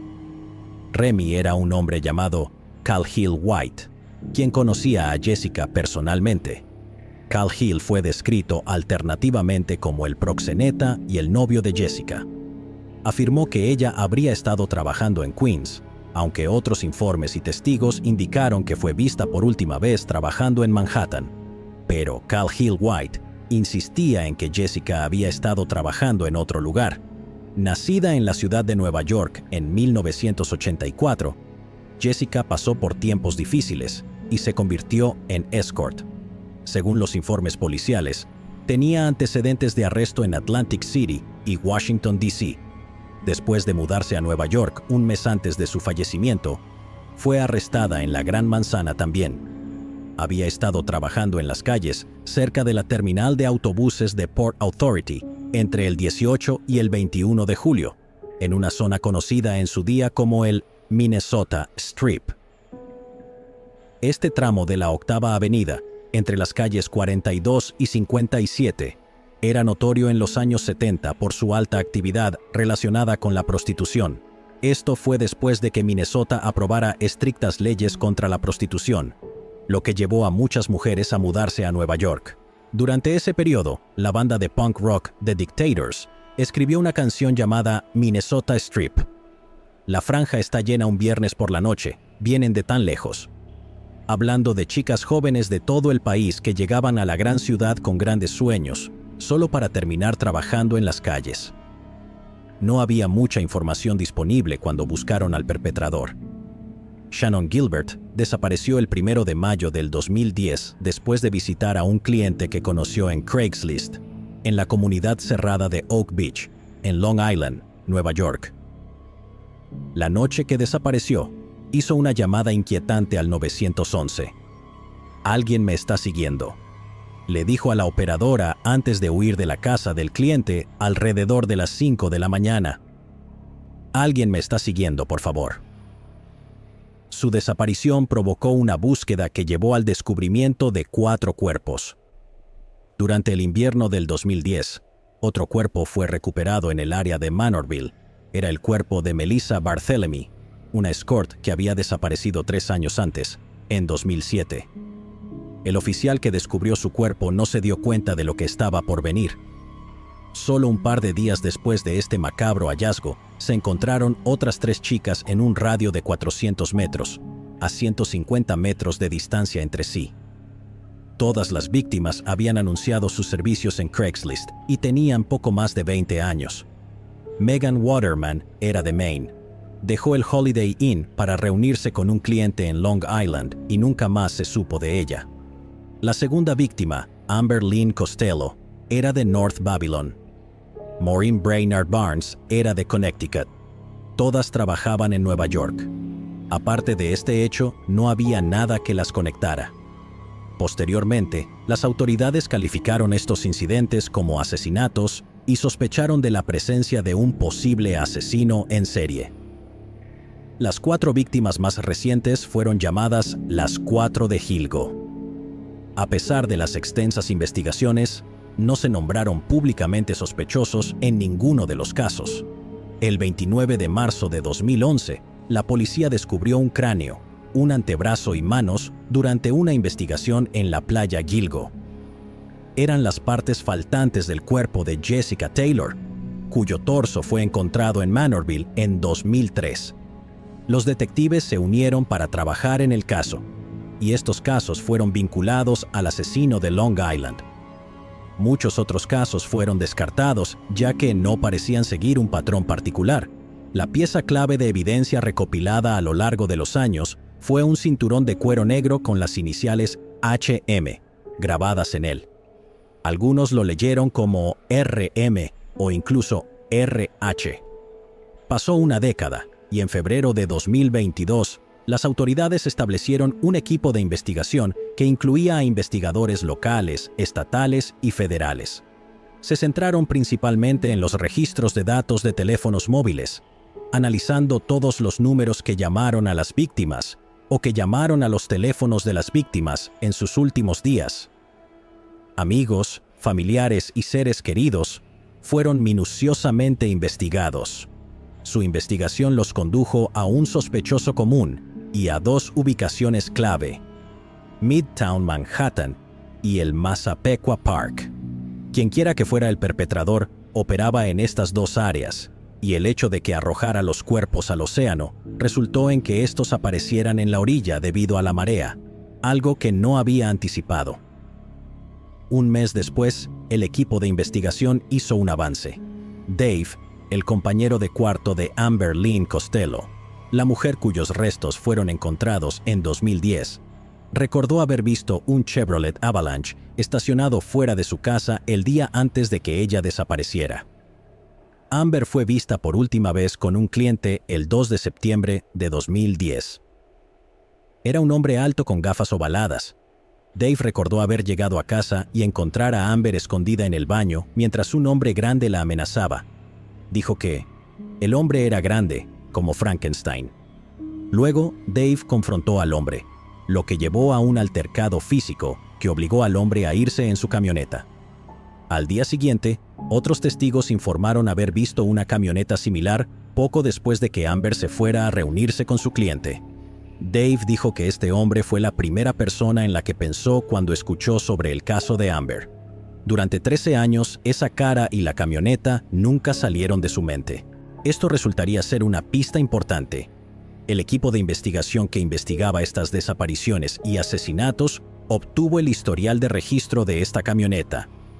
La distintiva Chevrolet Avalanche verde oscuro fue rastreada hasta una persona que coincidía con la descripción del asaltante de Long Island, un arquitecto de 59 años llamado Rex Heuermann. Cuando las autoridades investigaron más, fue una sorpresa que la descripción del agresor hecha por Dave no hubiera llevado antes hasta Rex, ya que cumplía con todos los requisitos. La descripción simplemente se archivó y nunca se investigó. Todo acerca de los movimientos de Rex Heuermann lo incriminaba. Las señales de su teléfono móvil se registraron cerca de Midtown Manhattan, cerca de su oficina ubicada en la Quinta Avenida y la calle 36. La segunda ubicación de las señales era el Massapequa Park, donde Heuermann vivía. Una investigación más profunda en julio del 2022 revelaría algunos detalles interesantes. Los oficiales revisaron discretamente los contenedores de basura fuera de la casa de Heuermann. Los contenedores de basura contenían 11 misteriosas botellas. Pero esas mismas botellas contenían pruebas cruciales de ADN que decidirían el destino de las víctimas de Long Island. Esta evidencia de ADN se comparó con el cabello encontrado en los cuerpos de Sandra Costilla y Megan Waterman. Sorprendentemente, no solo apuntaba a Rex Heuermann, sino que también pertenecía a su esposa. Sin embargo, ella fue descartada como sospechosa una vez que los investigadores se dieron cuenta de que estuvo fuera del estado cada vez que ocurría una de las tragedias en la playa Gilgo. Pero, ¿cómo terminó su ADN con las víctimas? Hubo otra pista cuando los detectives hicieron otro descubrimiento a partir de las costras de pizza que Rex Heuermann había desechado en su basura. Detectives vestidos de civil habían estado siguiendo a Rex Heuermann, esperando que entregara alguna forma de evidencia para arrestarlo, y lo hizo en una caja, literalmente. Mientras estaba bajo vigilancia, los oficiales lo vieron tirar una caja de pizza en un basurero en la acera, fuera de su edificio de trabajo. El laboratorio criminal del condado de Suffolk recogió las costras desechadas y las sometió a pruebas de ADN. Los investigadores luego revisaron el historial de Internet de Heuermann, lo que reveló obsesiones oscuras. Había más de 200 búsquedas relacionadas con las 4 de Gilgo. Heuermann había ido más allá, buscando imágenes de las familias dolientes de las víctimas. Algunas de las búsquedas eran obvias. ¿Por qué las fuerzas del orden no pueden rastrear las llamadas realizadas por el asaltante en serie de Long Island? ¿Por qué no han atrapado al asaltante en serie de Long Island? Y la nueva tecnología telefónica puede ser clave para resolver el caso. Estaba profundamente involucrado en el caso. Había buscado podcasts y documentales sobre las 4 famosas víctimas. Incluso, investigó sobre el grupo de investigación del 2022 que fue creado para atraparlo. Esto era irónico, considerando que estaban centrando su atención en él, mientras simultáneamente él buscaba información sobre ellos. Los investigadores demostraron que usaba teléfonos desechables para contactar con servicios de escorts y que tenía una cuenta de correo electrónico separada para solicitar trabajadoras sexuales en línea a través de Craigslist. La orden de Google se obtuvo en secreto para que Heuermann no se alertara sobre las investigaciones o cuán cerca estaba de ser atrapado por la ley.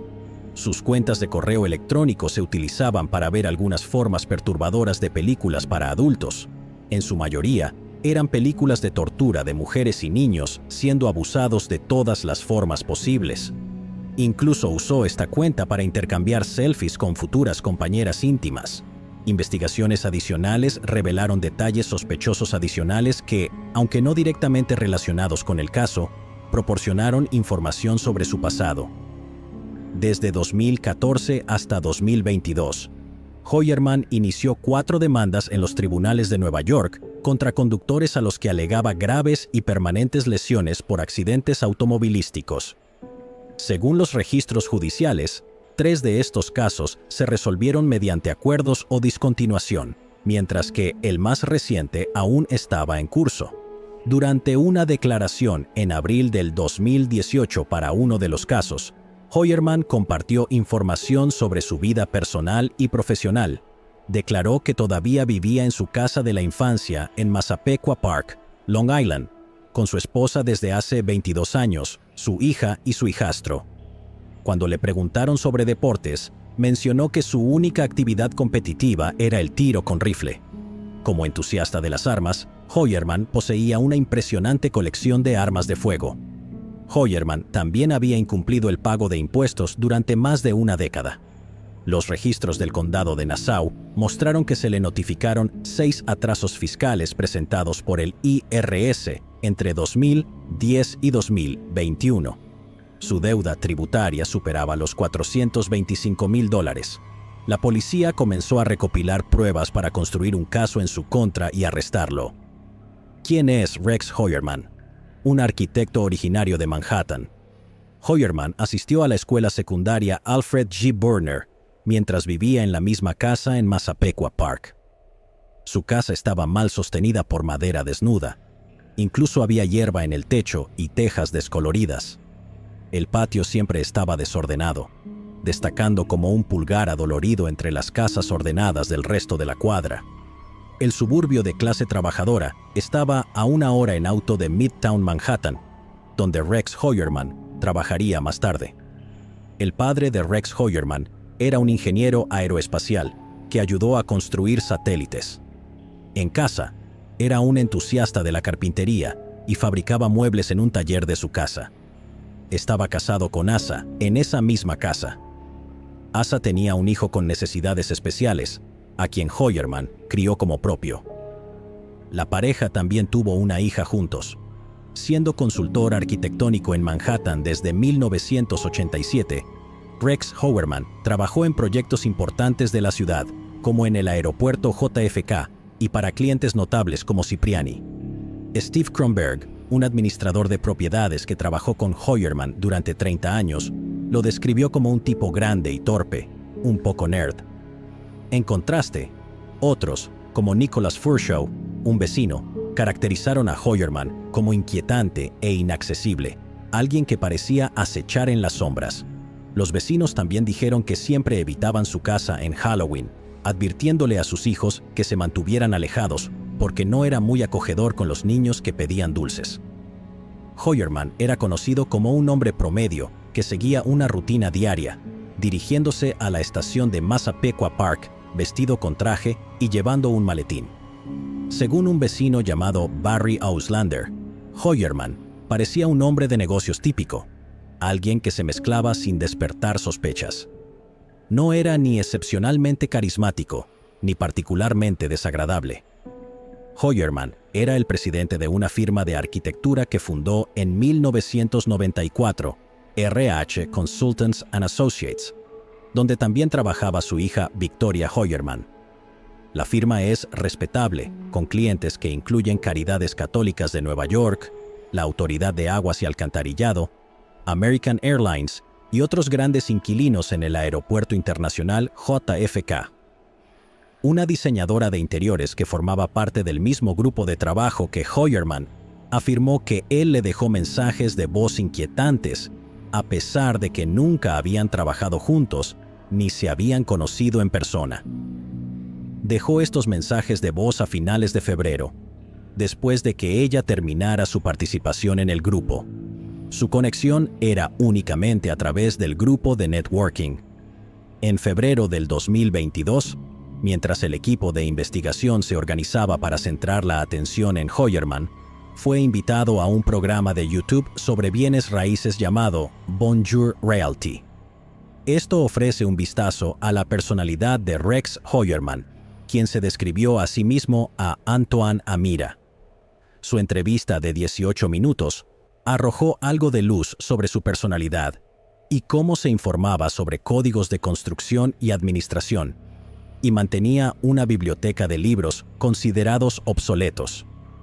Para el 12 de junio del 2023, el laboratorio ya tenía pruebas de que los perfiles de ADN mitocondrial del cabello masculino encontrado en Megan Waterman y la muestra de ADN de la pizza eran los mismos. Esto era una coincidencia exacta con la escena del crimen y una muestra directa de ADN que les proporcionó la orden de arresto.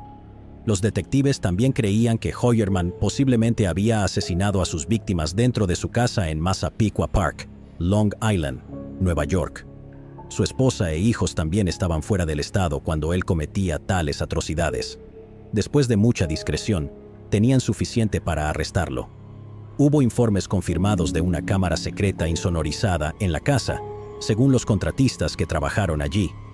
Rex Hoyerman también tenía más de 279 armas registradas, con 90 piezas conocidas por otros como una colección de armas, lo que daba aún más razones para evitar el riesgo de un tiroteo. Tuvieron que actuar con discreción y rápido al arrestarlo.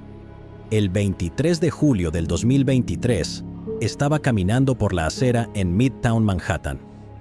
Sin que lo supiera, oficiales de civil lo rodeaban en un intento de arrestarlo sin resistencia. Para su sorpresa, Hoyerman casi se entregó voluntariamente, sin mostrar emociones, ni siquiera sorpresa. Solo estaba increíblemente callado. Después de su arresto, las autoridades llegaron a su casa en Massapequa Park para confiscar sus dispositivos electrónicos, que podrían contener pruebas cruciales. Durante este tiempo, también le informaron a su esposa e hijos sobre los cargos. En el momento de su arresto, su familia estaba en casa. Cuando llegaron los autos de policía con las sirenas a todo volumen, Asa y sus hijos estaban en shock y desconcierto. Los vecinos salieron a presenciar el alboroto, incapaces de creer que el aparentemente ordinario arquitecto de al lado, que trabajaba en un empleo regular de 9 a 5, era un individuo peligroso. Aunque se desmintieron los informes de una bóveda insonorizada, las autoridades encontraron una gran bóveda en el sótano, asegurada con una pesada puerta de hierro. Dentro, había un considerable número de armas y municiones, todas pertenecientes a Hoyerman. Resulta que Rex Hoyerman incluso tenía vínculos con Hollywood, como tuiteó el famoso actor Billy Baldwin. El tuit decía: "Me desperté esta mañana para enterarme de que el sospechoso de ser el autor de los crímenes en serie en Long Island fue mi compañero de clase en la secundaria, Rex Hoyerman". La oficina del fiscal del condado de Suffolk lo acusó de homicidio en primer grado y 3 cargos de homicidio en segundo grado. Las víctimas cuyas tragedias se le imputaron fueron las 4 de Gilgo: Melissa Barthelemy, de 24 años, Megan Waterman, de 22 años, Amber Lynn Costello, de 27 años, y Maureen Brainard Barnes, de 25 años. La comparecencia en el tribunal terminó con Hoyerman declarándose no culpable, pero se le negó la fianza debido a la naturaleza espantosa de los crímenes. Fue puesto bajo vigilancia para evitar que se quitara la vida. Su familia fue acosada por reporteros mientras intentaban aceptar la mórbida realidad. La familia fue filmada constantemente mientras intentaban recoger sus pertenencias de la casa. Es probable que Hoyerman se aprovechara de que su familia estuviera fuera de la ciudad para cometer los homicidios cada vez que se iban. Existe una teoría de que también intentó incriminar a John Beatroff, asegurándose de que su ADN estuviera en al menos 2 de las víctimas antes de copiar su modus operandi y quitarles la vida. En resumen, incriminándolo.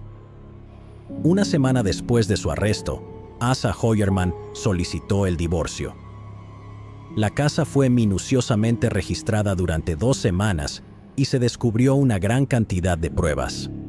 Se encontró un documento de planificación en una computadora portátil en la casa de la familia Hoyerman, que aparentemente fue creado en el año 2000.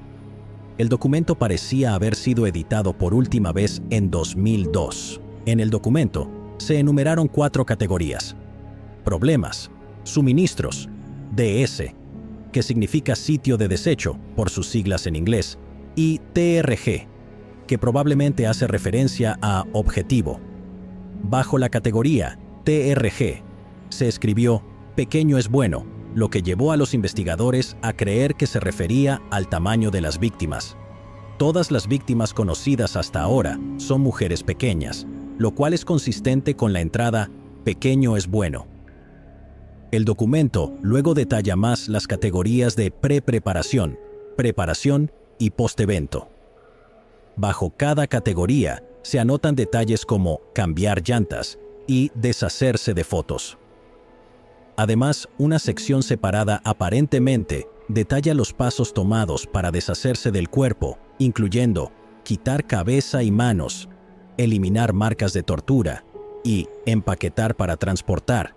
Bajo la categoría etiquetada como preparación del cuerpo, su intención era localizar a estas víctimas para cazarlas y someterlas a su control y luego arrebatarles la vida. Los analistas criminales creen que Heyermann, en teoría, tomó vidas incluso después del 2010. Estas simplemente fueron las víctimas que se hicieron públicamente conocidas. El 7 de junio del 2024, Rex Heuermann fue acusado de 2 asesinatos más, además de los 4 que lo llevarían a la cárcel. Jessica Taylor y Sandra Costilla obtendrían justicia gracias a las pruebas de ADN. El cabello levantado de sus cuerpos coincidió positivamente con el ADN de Rex Heuermann. Aunque se ha declarado no culpable, la evidencia es incuestionable. Será procesado por las atrocidades que cometió. Jasmine Robinson, prima de Jessica, quien había estado abogando por justicia en el caso, comentó lo siguiente después de que Heuermann fue arrestado en 2023. Estamos muy conscientes de que este año marca 20 años desde que Jessica se fue. Es la misma cantidad de tiempo que ella tuvo para vivir antes de ser arrebatada de nosotros de una manera de las más horribles imaginables. También expresó esperanza de que el arresto de Heuermann pudiera llevar a un avance en el caso de Jessica, lo cual en 2024 efectivamente sucedió. Jasmine también dijo: Jessica era una persona que era una verdadera fuerza. Tenía un gran corazón y es increíblemente amada y extrañada. Era una inspiración y alguien a quien admiraba. También tenía un carácter fuerte y se defendía cuando era necesario. No aceptaba fácilmente la falta de respeto. Llegados aquí, ¿acaso no has visto este otro crimen? Yo no me lo perdería,